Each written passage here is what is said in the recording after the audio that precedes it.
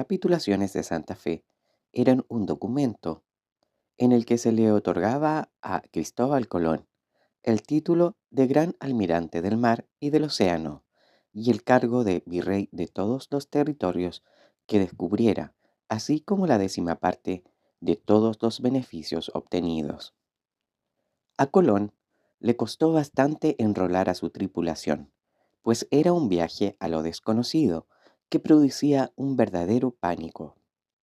No obstante, el 3 de agosto de 1492, Colón partió del puerto de Palos con tres carabelas, la Pinta, la Niña y la Santa María, aunque en realidad la Santa María era una nao que gustaba menos a Colón, pues era más grande y por tanto menos maniobrable.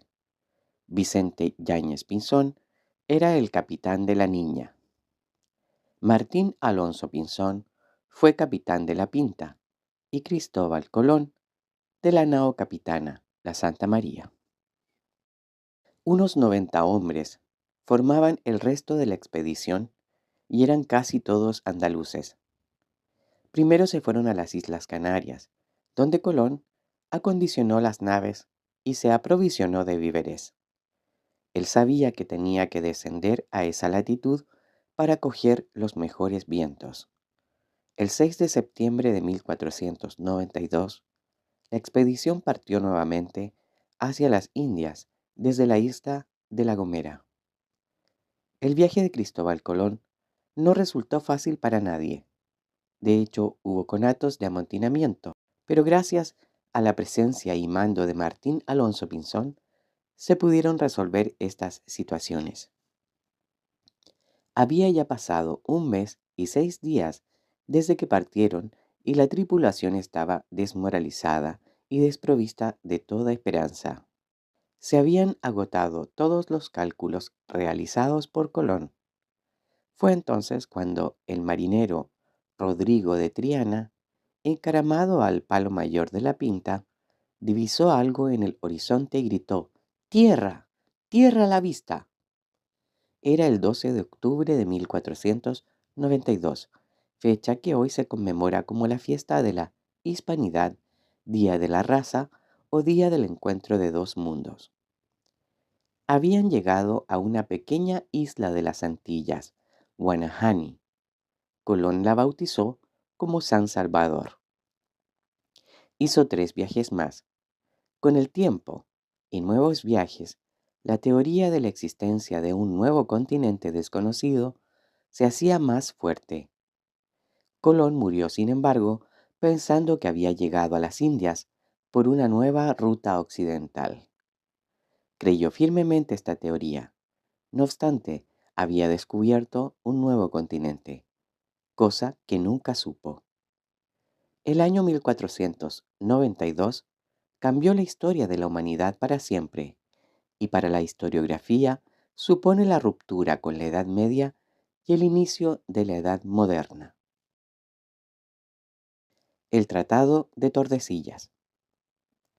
Este tratado fue el compromiso suscrito en la localidad castellana en 1494 entre Castilla y Portugal para el reparto del Nuevo Mundo, mediante una línea situada 370 leguas al oeste de Cabo Verde.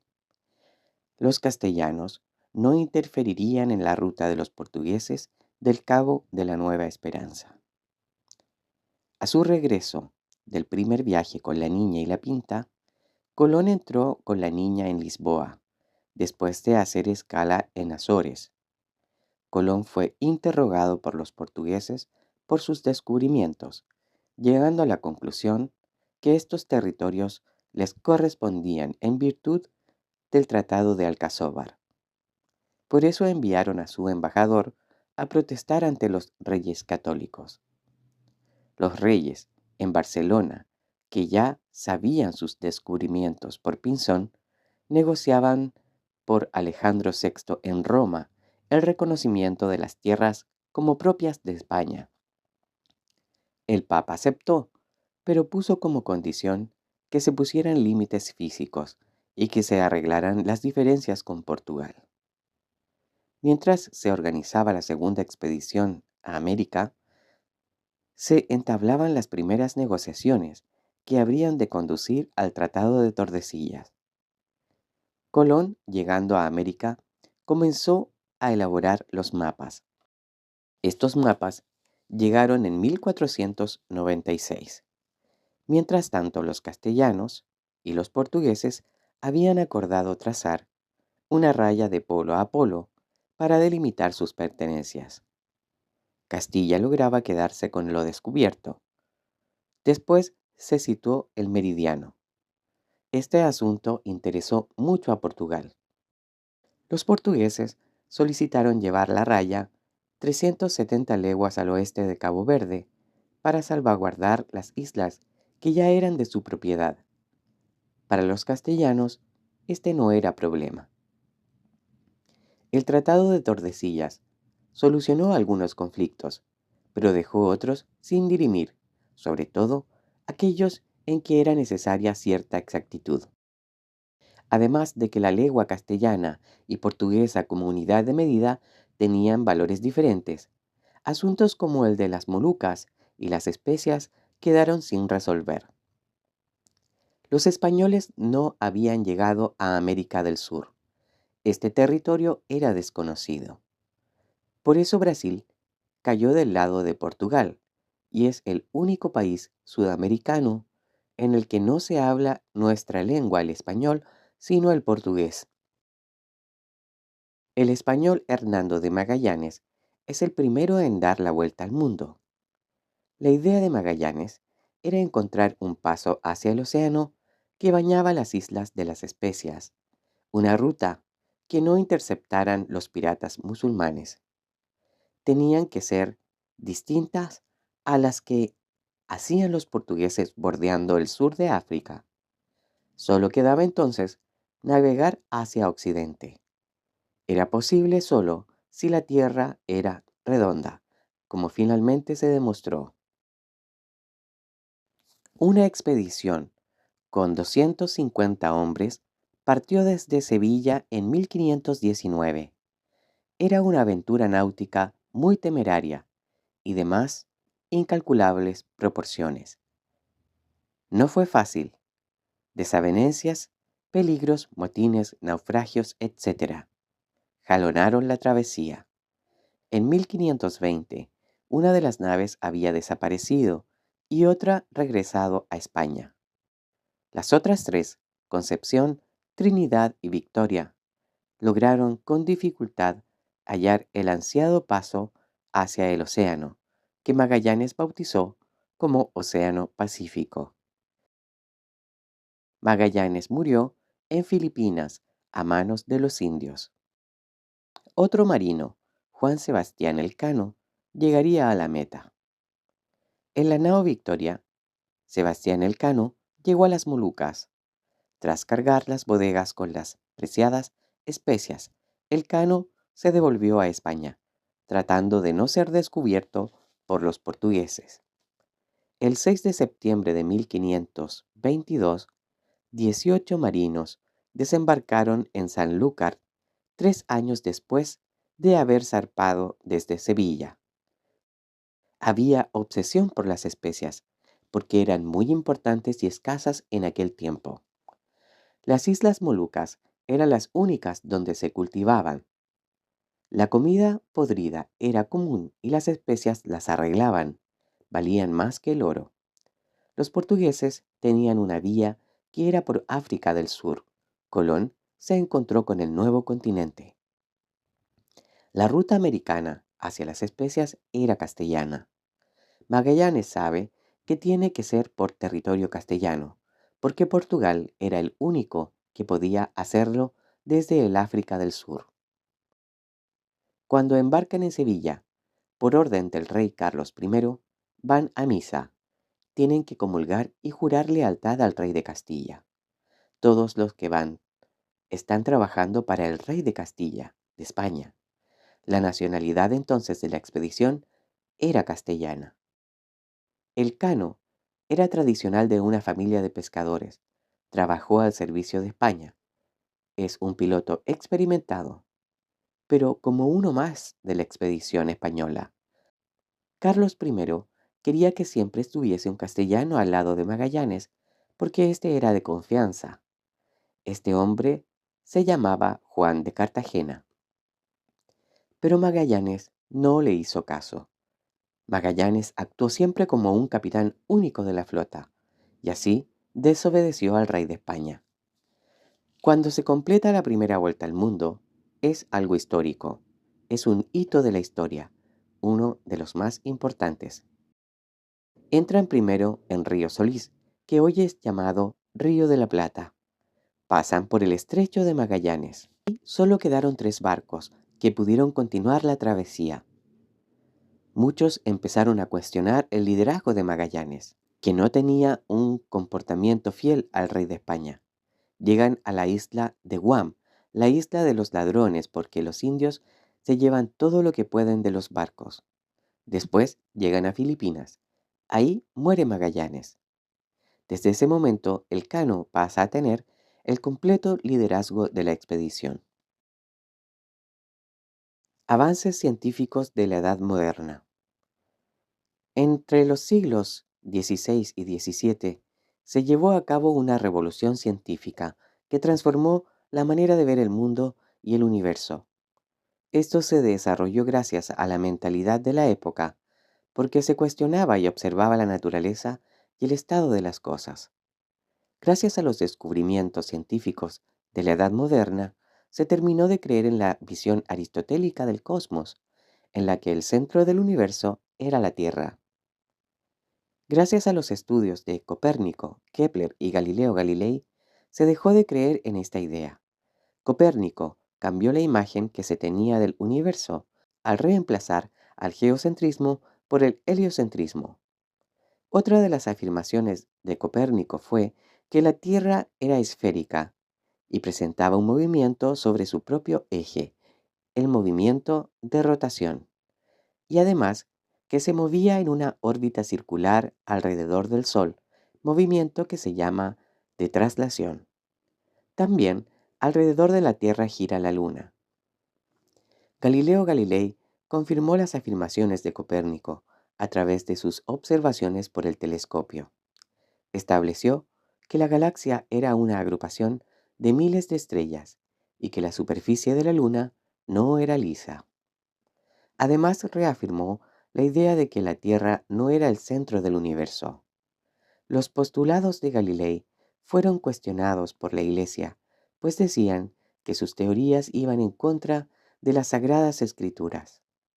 Gracias a las nuevas postulaciones científicas, la visión cristiana antigua del universo fue puesta en duda y pasó a tener el pensamiento científico mucha mayor preponderancia para las personas.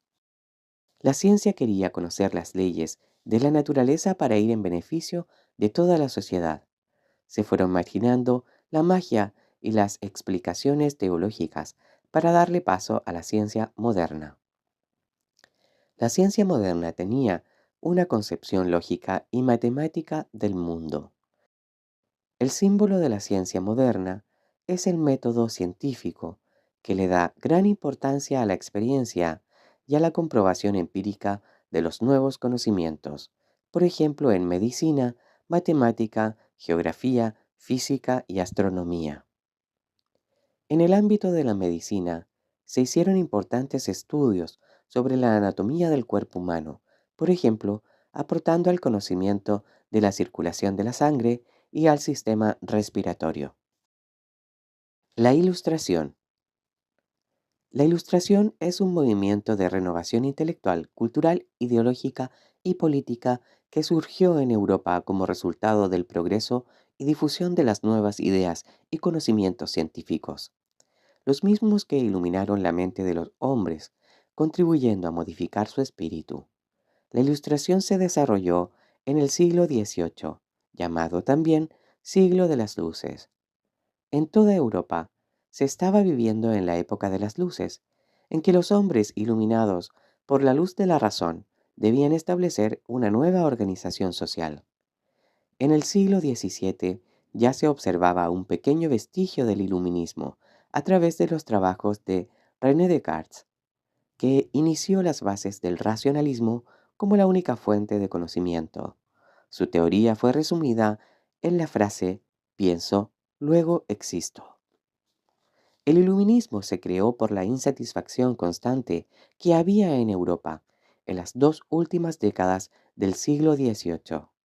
El iluminismo fue una reacción al absolutismo europeo influenciado por la Iglesia, por la censura, por el ansia de poder de los gobernantes, etc.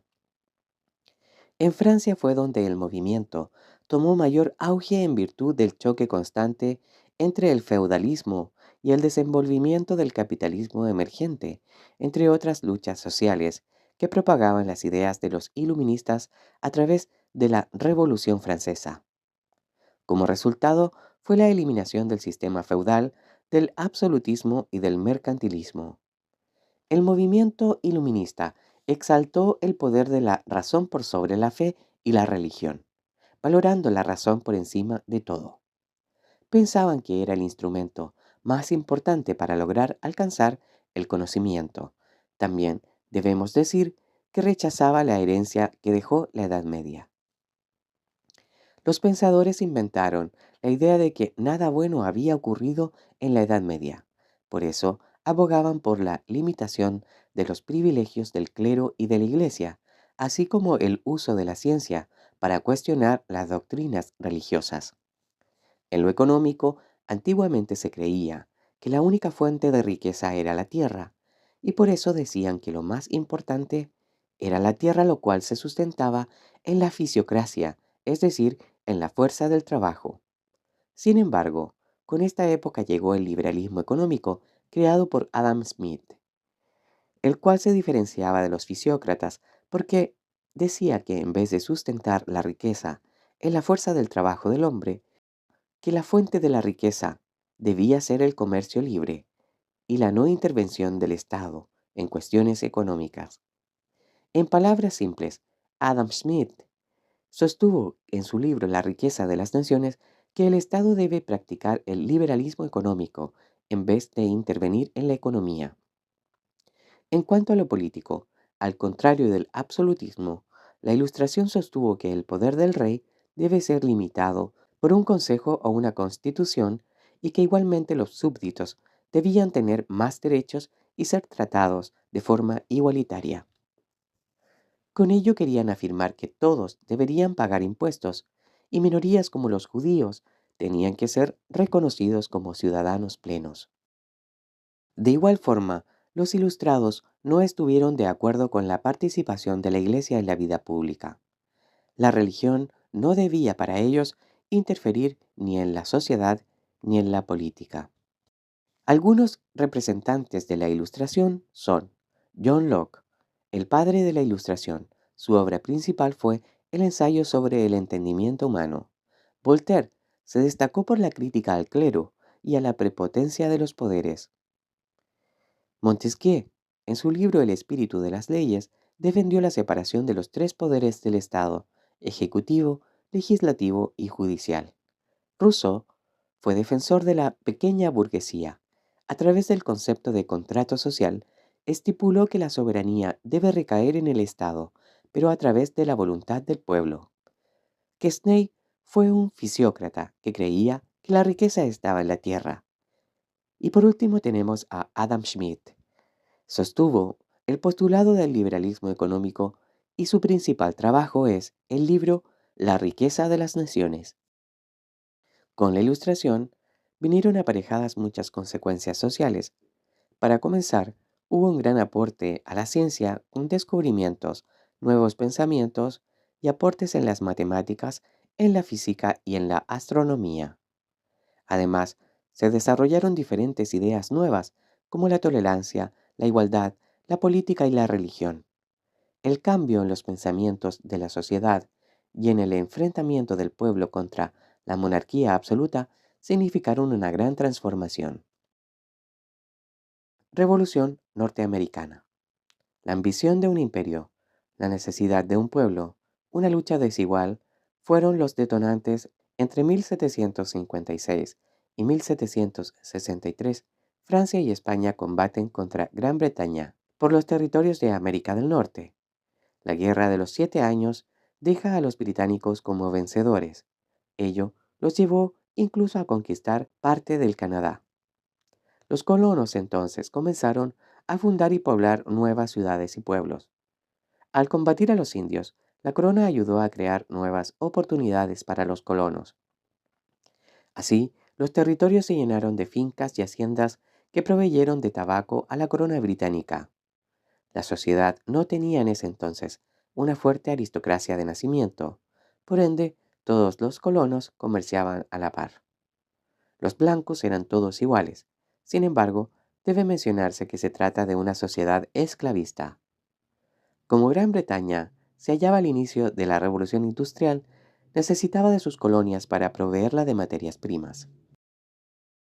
Mantener este imperio tenía un muy alto costo, un costo que el rey George III pretendía cubrir exprimiendo con más impuestos a las colonias.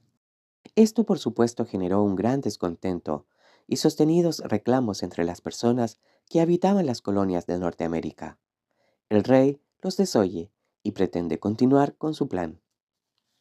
En 1765, en Inglaterra, el Parlamento inglés aprueba la Stamp Act, que crean el impuesto al papel que importan las colonias. Entonces, diarios y documentos públicos pagan el abusivo impuesto. Es así que las colonias no tuvieron más remedio que reunirse por primera vez haciendo un llamado a desobedecer al imperio británico. Las colonias ahora saben que pueden combatir el abuso de la corona. En Virginia se proclama con gran determinación la consigna No taxation without representation, es decir, no se pagará impuestos a quienes no representan a los colonos. Fue allí cuando, en pleno 1767, el pueblo dijo basta. George III impone aún más impuestos, y así estalla una nueva resistencia en Nueva York, Filadelfia y Boston, situación que produjo una masacre. En 1770 acaeció la primera masacre. Boston estaba ocupada por tropas británicas que garantizaban el cumplimiento de los impuestos del rey. Un joven trabajador se acercó a la casa de aduanas garantizando un pago, pero un centinela lo reprime. Después al rato, este llega con otros trabajadores, lo que dio lugar a un enfrentamiento y un soldado dispara contra la muchedumbre. El resultado fue 5 colonos. Enjuician a los militares y 2 son hallados culpables de homicidio. John Adams, quien fuera profesor universitario y abogado, ofició en aquella oportunidad de abogado defensor. Cabe señalar que Adams posteriormente fue presidente de los Estados Unidos. En 1773 se crea una asociación secreta llamada Los Hijos de la Libertad, la cual no acepta que el Parlamento inglés legisle en asuntos de las colonias. El gobierno británico aprueba el Tea Act, lo que quiere decir que la Compañía de las Indias Orientales puede vender té en las colonias, compitiendo deslealmente con comerciantes y contrabandistas locales, entre ellos Samuel Adams. 150 hijos de la libertad se disfrazan de indios y arrojan 45 toneladas de té por la borda de un barco de carguío. En represalia, la corona británica envía a Boston un nuevo gobernador y cierra el puerto. Debido a todo este caos, en los diarios de la colonia circulan ideas independentistas. Es así que ya en 1774 acaece el primer Congreso Continental. Las colonias comienzan a organizar sus milicias y a supervisar sus propias cortes de justicia. Líderes locales insisten en que la soberanía política es exclusividad de cada colonia. Entre los ideólogos se hallan John Adams y Thomas Jefferson. Este último nació en Virginia, era un aristócrata y esclavista. Ofició también de abogado y al igual que Adams, fue presidente de los Estados Unidos. A finales de 1774 se reúne en Filadelfia el primer Congreso Continental. El Congreso no se inclina hacia ninguna postura radical, ni siquiera en favor de conservadores y tampoco de independentistas, pero defiende claramente el derecho de las colonias a manejar los asuntos internos sin intervención del imperio. En 1775 ocurre una lucha armada. El 19 de abril, un grupo de colonos rebeldes intenta tomar un depósito de armas en Concord, pero un batallón de soldados ingleses sale de Boston para impedirlo y se enfrentan en la guerra por la independencia. Las tropas inglesas son agredidas en Boston por una multitud. Nuevamente, Boston recibe la sangre del descontento popular. Mueren 8 soldados colonos. La situación es ya insostenible y un nuevo Congreso se reúne. O se es realista o se es independentista. El Congreso se vuelve completamente independentista. Con gran apoyo de Adams, se nombra comandante en jefe de América a un militar de escasa experiencia, el coronel George Washington, quien posteriormente fue el primer presidente de los Estados Unidos. Gran Bretaña descubre que esto no es una simple revuelta y declara la guerra contra el proceso de independencia en América. Mueren 800 ingleses, pero los revolucionarios deben retirarse. El 4 de julio de 1776 se reúnen los congresistas para declarar la independencia de los Estados Unidos, United States of America, USA.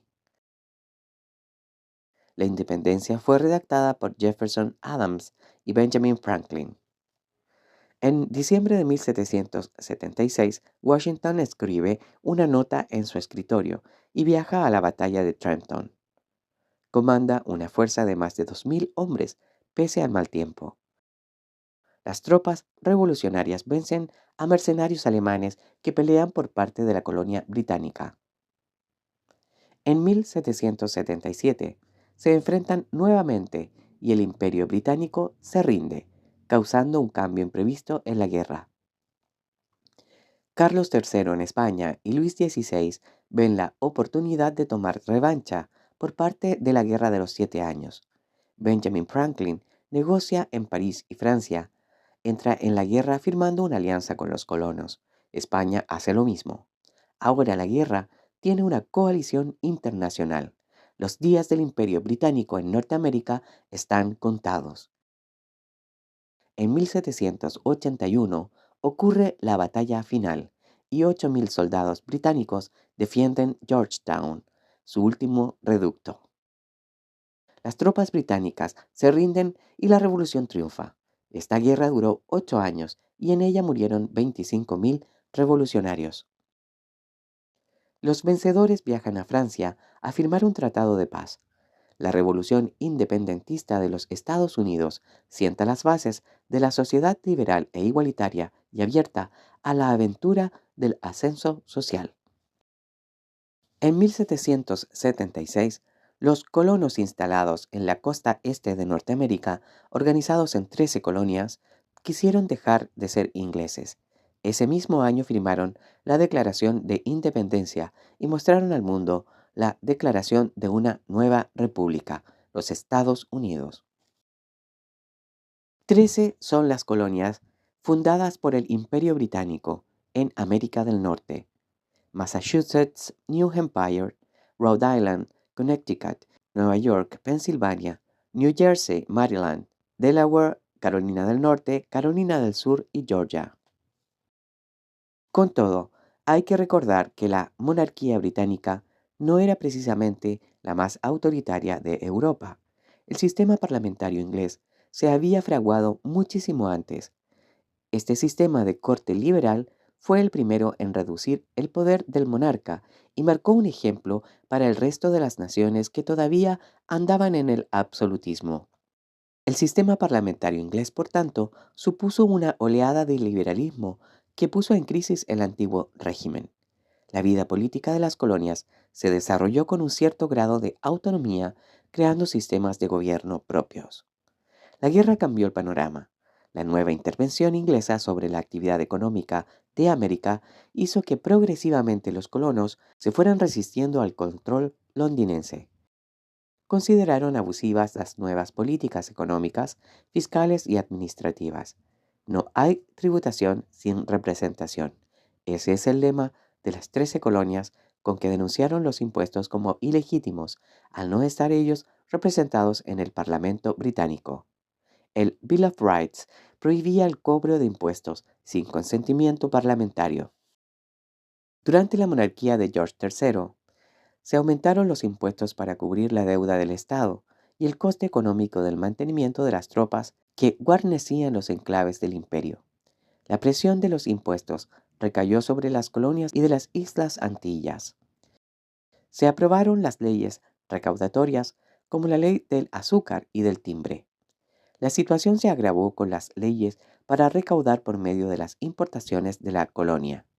Se pretendió desvincular a los soldados norteamericanos ligándolos a Inglaterra.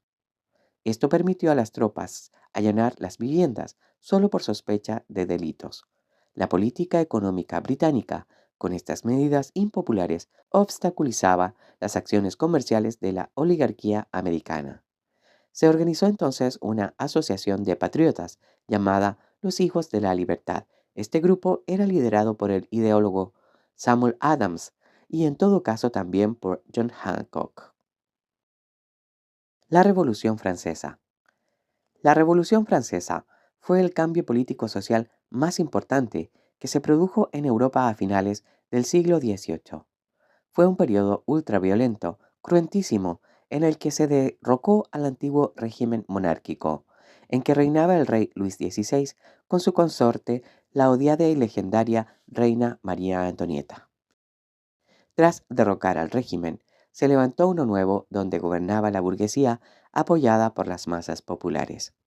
Durante el siglo XVIII, en Francia había una corriente de pensamiento ilustrado. Es así que ideas como las de Voltaire, Rousseau y Montesquieu hicieron mella en la sociedad. Ellos creían firmemente que el conocimiento humano podía combatir la ignorancia y la superstición para tener un mundo mejor. Esto se hacía en casas de gente adinerada, en donde participaban intelectuales, se leía filosofía, literatura, política y un nuevo invento, la enciclopedia. En esos lugares, y también en los salones, se escribieron miles de artículos para dejar plasmado el pensamiento ilustrado. Una sociedad culta que piensa por sí misma era la mejor manera de poner fin al antiguo régimen. Se pusieron como pilares fundamentales los principios de igualdad, fraternidad y libertad, principios que estaban en la mente de todos los franceses. En aquel tiempo, Francia era muy mal gobernada por el rey Luis XVI y su esposa María Antonieta. Las malas cosechas ese año forzaron una gravísima situación social y económica. El pueblo pasaba hambre en circunstancias que la nobleza y la realeza vivían a destajo. La sociedad estaba compuesta por tres sectores sociales, llamadas estados. Primer estado, el rey estaba aquí y también la iglesia, la cual no pagaba impuestos y sin embargo recibía de los campesinos el diezmo, es decir, el 10% de las cosechas. Tanto la educación como el registro civil estaban en sus manos. Segundo estado, la nobleza y dueños de las tierras no pagaban impuestos, los campesinos pagaban un tributo y solo podían venderle sus cosechas a ellos al precio que ellos pusieran. Era una casta encerrada en sí misma. El primero y el segundo estado sumaban en total un 3% de la población. Por último está el tercer estado, en el cual se halla el 97% de la población. Su composición era muy variada. Por un lado estaba la burguesía, formada por ricos comerciantes y banqueros, médicos, abogados, artesanos, pero también estaban los pequeños comerciantes, campesinos libres, pequeños propietarios, arrendatarios y jornaleros. El tercer estado carecía de poder de decisión. No podían tomar decisiones políticas. No obstante, eran ellos los que pagaban todos los impuestos del estado. El tercer estado hacía todos los trabajos y no tenían ningún privilegio. Esta gran precariedad social, vivida en Francia en este tiempo, ocasionó diversas revueltas, inclusive a tal punto que la gente furiosa se dirigió al Palacio de Versalles para quejarse. Dicen que la reina, muy altanera, dijo en voz alta, pues si no tienen pan, que coman torta. La verdad es que no se sabe si esto fue así o no, pues era tanto el odio que la burguesía le tenía a la monarquía y tantas sus ansias por derrocarla que inventaron muchísimas calumnias en contra de los reyes. dejando aparte el mal gobierno que establecieron en Francia. Esto la burguesía lo hacía, para que el pueblo se encendiera en encono contra los reyes. Sin embargo, cierto es que esta frase ha quedado para la posteridad. Para levantar el déficit presupuestario que había en Francia, el rey proclamó al Estado en bancarrota y convocó los Estados Generales, un parlamento medieval que se había convocado por última vez 174 años antes. Era una asamblea donde los diputados de la nobleza, clero y pueblo se reunían. La mitad representaba los dos primeros estados y la otra mitad el tercer estado. La sesión inaugural fue presidida por el mismo rey Luis XVI. La nobleza y el clero reclamaban el voto por estamento que les aseguraba mayoría. El tercer estado pedía el voto por cabeza. Ante la negativa de los dos primeros estados y el consecuente bloqueo de toda votación, el tercer estado invitó a diputados del primer y segundo estado. Varios lo hicieron. Ante este acto revolucionario, el rey Luis XVI mandó a cerrar la sala y prohibió la entrada a los representantes del tercer estado. Entonces, deciden constituirse en una nueva asamblea y ser los verdaderos representantes del pueblo de Francia. Luego de eso, se fueron a la sala del juego de pelota de Versalles. Esta asamblea se llamó Asamblea Nacional, prometiendo estar unidos hasta dar una constitución a Francia. El 14 de julio, el pueblo de París respaldó a sus representantes en revueltas por todas las calles. Asaltaron la Bastilla, símbolo del absolutismo monárquico. Y es que los cañones de Luis XVI apuntaban a los barrios obreros, por ello los insurgentes decidieron tomar aquella prisión. La multitud acusó al gobernador de la prisión de traición y lo mataron de un balazo. Su cabeza fue exhibida en la ciudad. Allí nació la idea de mostrar las cabezas de los decapitados. La toma de la Bastilla dio a los radicales y al pueblo mucha confianza en sí mismos, lo que tuvo su expresión en la prensa. Jean-Paul Marat, médico que fundó Jean-Paul Marat, médico que fundó un periódico, se convirtió en la voz de la revolución y fue líder del proletariado con continuo hostigamiento hacia los ricos. La Asamblea Nacional adoptó el nombre de Asamblea Constituyente. Se hizo la aprobación de la Declaración de los Derechos del Hombre y del Ciudadano, supresión del feudalismo, apropiación de los bienes de la Iglesia, libertad de prensa y redacción de una constitución. En esta asamblea se sentaban a la derecha quienes defendían una monarquía parlamentaria y a la izquierda se sentaban los que representaban los intereses supuestos de las clases medias y populares. A finales del mes de septiembre de 1789, en París circulaba el rumor de que el rey estaba formando sus tropas, y entonces los periodistas asusaron a la gente con el fin de que reaccionase. La gente marchó desaforada a Versalles, acamparon a las afueras del palacio y allí mismo se organizaron con diferentes revueltas. Un grupo de mujeres harapientas incluso entró a palacio. Fuera de sí, estas mujeres decapitaron a los guardias reales. Exigieron al rey que trasladara su residencia de Versalles a París.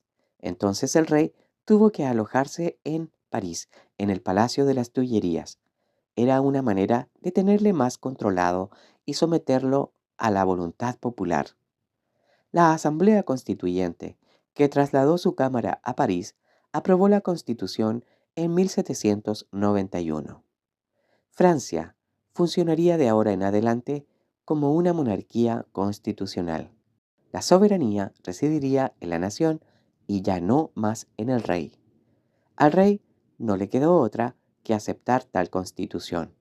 Con su poder enormemente debilitado, Luis XVI fraguó un plan para arrancarse y dejar a Francia en manos del pueblo. Entonces, planeó disfrazarse de criado, escapando en la noche. Pero justo cuando él, sus hijos y su mujer iban casi alcanzando la frontera con Austria, les descubren y les apresan. El doctor Guillotin creó un método de decapitación que presentó a la asamblea. El periodista Marat, muy entusiasmado, apoda el aparato guillotina. Con los reyes presos y por medio de un ataque inminente, la Asamblea se anticipa y declara la guerra a Austria, país donde había nacido la esposa del rey, la reina María Antonieta. Prusia se une a Austria. Las masas asaltaron el Palacio de las Tullerías cuando estaba el rey preso adentro.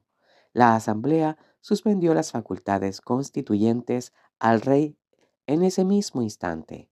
Así nace el sufragio universal para un nuevo parlamento. En ese momento, cada día aumentaba la tensión en Francia. Los jacobinos con Robespierre a la cabeza y los girondinos deciden abolir la monarquía y proclamar la república. Abren un juicio calumnioso al rey, el cual lleva a los reyes a morir inevitablemente en la guillotina, a vista y paciencia de todo el pueblo. A estas alturas, la revolución se había radicalizado. Durante este periodo se produjo el ajuste de cuentas entre jacobinos radicales y girondinos moderados. Marat arremete en su periódico contra los supuestos traidores. Esto acabaría con Marat asesinado. La consecuencia es que Marat se convirtió en un mártir, en una leyenda para los radicales. La Convención Nacional redactó una nueva constitución y se creó un nuevo calendario. El poder legislativo de la nueva república estuvo a cargo de la Convención y el ejecutivo del Comité de Salvación Pública, con el fin de salvaguardar la república. Este cayó bajo el mando del jacobino Robespierre. En este momento las cosas en Francia ya se habían ido de las manos, pues no había ni Dios ni ley. Fue el reinado del terror. Fue un tiempo muy oscuro en que prácticamente gobernó una dictadura jacobina, la cual rápidamente se fue convirtiendo en un régimen totalmente terrorista. Miles, si no millones de personas fueron guillotinadas, acusadas falsamente de acciones contrarrevolucionarias. Simplemente hacía falta que alguien le tuviese mala a alguien para que hiciera circular un rumor de que tal o cual era contrarrevolucionario, para que ipso facto lo sacaran de su casa, apresándolo y llevándolo sin derecho a reclamo a morir en la guillotina. De hecho, muchos sacerdotes y miembros de la nobleza fueron guillotinados, gente de bien, familias completas con niños y jóvenes adolescentes, simplemente por ser nobles, ricos, creyentes en Dios, católicos o gente que se había vuelto enemiga de alguien por pensar diferente. Napoleón Bonaparte. En medio de esta larga y temible guerra civil y extranjera, en la frontera había un joven general que comienza a ganar batallas. Su nombre es Napoleón Bonaparte, por la guerra de la Vendée. La locura colectiva en la que había caído Francia hizo que los propios líderes revolucionarios fueran condenados por celos de los rivales o por aspirar a una dictadura personal. Robespierre quería más y más terror, más y más sangre.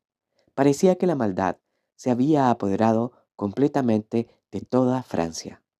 Por años, las aceras y las calzadas de París estuvieron teñidas con un color rojizo, debido a tanta sangre que corrió por las calles.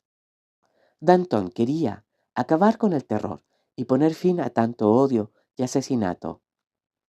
Por eso también terminó ejecutado. El número de ejecuciones no hacía más que elevarse. La locura de Robespierre hizo que quisieran matarlo incluso a él también, y gracias a Dios cayó en la guillotina. Tras este acontecimiento, en 1795 se promulgó la nueva Constitución. Fue una constitución muy diferente, pues volvía a los principios de la Constitución monárquica.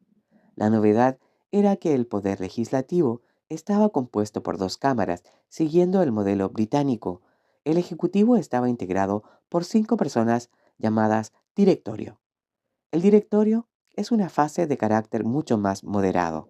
Hubo en ese momento una grave crisis económica, eso sí, como era de esperarse, ante tanto caos.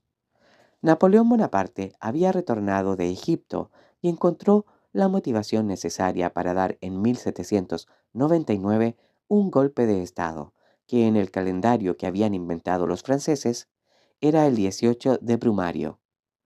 Allí se hizo proclamar primer cónsul de la República. Comienza la fase política del consulado. Restableció el orden interno de Francia, con gran apoyo del pueblo francés, que ya estaba harto, cansado de tanta locura de la burguesía, trastornada por el poder. En 1804, Francia vuelve a dar un golpe de timón, mediante un plebiscito, y Napoleón se proclama emperador de Francia. Aquí acaba oficialmente la revolución de la libertad, igualdad y fraternidad, las tres palabras que cambiaron la historia contemporánea de Occidente.